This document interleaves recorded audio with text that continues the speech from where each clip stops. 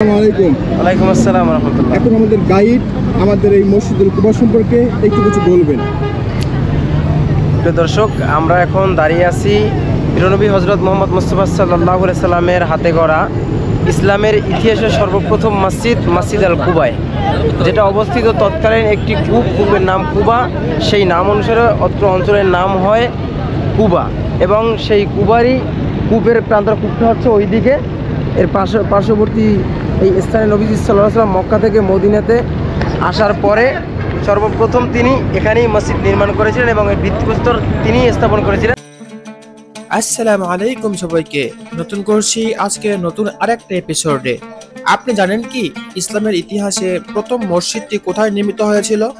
আজকে আমরা জানবো সেই পবিত্র স্থানের কথা, মসজিদে কুবা। কুয়েত থেকে আগত আমাদের সমস্ত মুসাফিররা এখন যাচ্ছে মদিনার দিকে। মদিনা প্রবেশ করে সর্বপ্রথমে আমরা মসজিদুল কুবাতে ভিজিট করি। আজকে আপনাদের দেখাতে চলেছি মসজিদুল কুবা এবং এর বিস্তারিত ইতিহাস।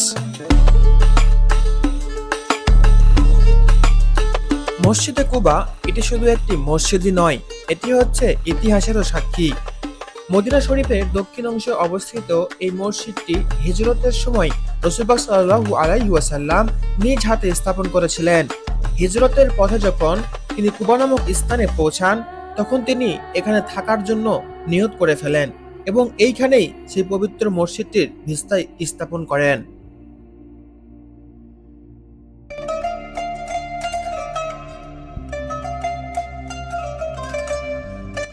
রাসূলুল্লাহ পাক সাল্লাল্লাহু আলাইহি ওয়াসাল্লাম বলেছেন, যে ব্যক্তি নিজের ঘর থেকে ওযু করে কুবা মসজিদে এসে 2 রাকাত নামাজ আদায় করবে, সে একটি ওমরার সওয়াব পাবে। এজন্যই আজও মদিনার আসা হাজার হাজার মুসলিম এই মসজিদে গিয়ে নামাজ আদায় করেন শুধুমাত্র আল্লাহ তাআলার সন্তুষ্টি লাভের আশায়।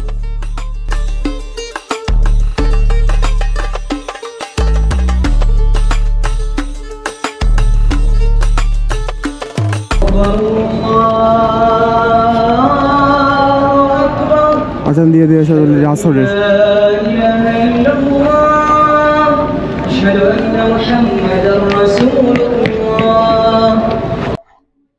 যেহেতু বর্ণিত আছে এই মসজিদ আল কুবাতে যদি কোনো ব্যক্তি 2 রাকাত নামাজ আদায় করেন, তাহলে তার আমলনামায় একটি পবিত্র ওমরা হজের সওয়াব দেওয়া হয়।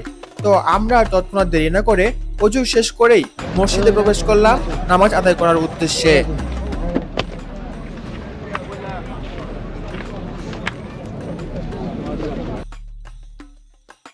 মসজিদে কুবার বর্তমান আয়তন 13,500 স্কয়ার মিটার। এখানে একসঙ্গে 5,000 মুসল্লি নামাজ আদায় করতে পারেন। মসজিদটিতে একটি বড় গম্বুজ এবং তার সাথে 5টি ছোট গম্বুজ রয়েছে। তার সাথে রয়েছে সুউচ্চ 4টি মিনার। এই মসজিদটিতে নারী এবং পুরুষের জন্য আলাদা অজুখানা এবং নামাজের ব্যবস্থা আছে।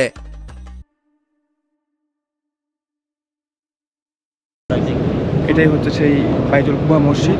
এখানে 2 রাকাত নামাজ পড়লে এটা কবুলের সওয়াব পাওয়া যায় ইনশাল্লাহ।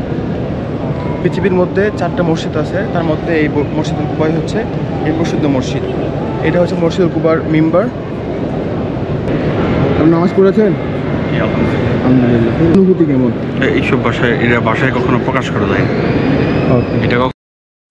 আমরা মসজিদটিতে নামাজ আদায় করা শেষ করে মসজিদটি পুরোটাই ঘুরতে শুরু করলাম। আপনাদের হয়তো মনে আছে, মক্কাতে পুলিশের ইনভেস্টিগেশনের কারণে আমি ক্যামেরাটা সুন্দরভাবে ব্যবহার করতে পারিনি। তবে এখানে আমি কিছু আপনাদের সঙ্গে ইসলামিক বিষয়ে আলোচনা করতে চাই। বর্ণিত আছে, মুহাম্মদ সাল্লাল্লাহু আলাইহি ওয়াসাল্লাম মক্কা থেকে মদিনায় হিজরত করার পরে সর্বপ্রথম যে মসজিদটি মদিনায় নির্মাণ করেছিলেন, সেই মসজিদটি হলো মসজিদুল কুবা। আবার এই মসজিদে ইসলামের ইতিহাসে সর্বপ্রথম মসজিদও বলা হয়ে থাকে, যা মদিনা থেকে 3 মাইল দূরে কুবা নামক স্থানে অবস্থিত। এই স্থানটিতে অনেক খানদান পরিবার বসবাস করতেন।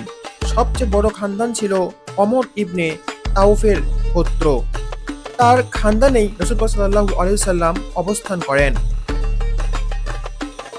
পবিত্র কুরআনে ও হাদিসে এই মসজিদ সমূহের বিশেষ ফজিলত বর্ণনা করা হয়েছে। বর্ণিত আছে, ইসলামে মোট 4টি মসজিদ অনেক মর্যাদা সম্পন্ন।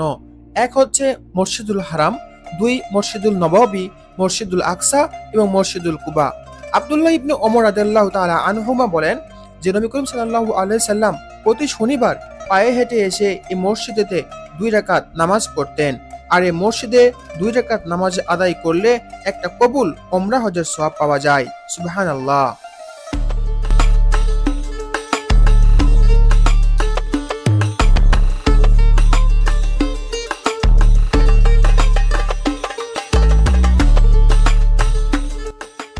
আপনারা হয়তো ইউটিউব এবং ফেসবুকে অনেকে শুনে থাকবেন একটা ইসলামী নাশিদ, তলা আল বাদরু আলাইনা মিন সানিয়াতিল ওয়াদা ওয়াজাবা শুকরু আলাইনা মাদা আলিল্লাহিদা। এটার অর্থ হচ্ছে পূর্ণিমার চাঁদ আমাদের উপর এসেছে ওয়াদা উপত্যকা থেকে, তার প্রতি কৃতজ্ঞতা প্রকাশ করা অবশ্যই আমাদের কর্তব্য যতদিন আল্লাহকে ডাকার মতো কেউ একজন থাকবে। আজকে এই পর্যন্তই। ইসলামের এই ইতিহাস যদি আপনাকে অনুপ্রাণিত করে থাকে তাহলে ভিডিওটি লাইক করে দিন, শেয়ার করুন, আর চ্যানেলটি অবশ্যই সাবস্ক্রাইব করতে ভুলবেন না। আসসালামু আলাইকুম। ওয়ালাইকুম আসসালাম ওয়া রাহমাতুল্লাহ। এখন আমাদের গাইড আমাদের এই মসজিদুল কুবা সম্পর্কে একটু কিছু বলবেন। প্রিয় দর্শক, আমরা এখন দাঁড়িয়ে আছি প্রিয়নবী হজরত মোহাম্মদ মুস্তাফা সাল্লাল্লাহু আলাইহি সাল্লামের হাতে গড়া ইসলামের ইতিহাসের সর্বপ্রথম মসজিদ মসজিদ আল কুবায়, যেটা অবস্থিত তৎকালীন একটি কূপের নাম কুবা। সেই নাম অনুসারে অত্র অঞ্চলের নাম হয় কুবা, এবং সেই কূপের প্রান্তর কূপটা হচ্ছে ওই দিকে। এর পার্শ্ববর্তী এই স্থানে নবীজি সাল্লাল্লাহু আলাইহি সাল্লাম মক্কা থেকে মদিনাতে আসার পরে সর্বপ্রথম তিনি এখানেই মসজিদ নির্মাণ করেছিলেন এবং এর ভিত্তিপ্রস্তর তিনিই স্থাপন করেছিলেন।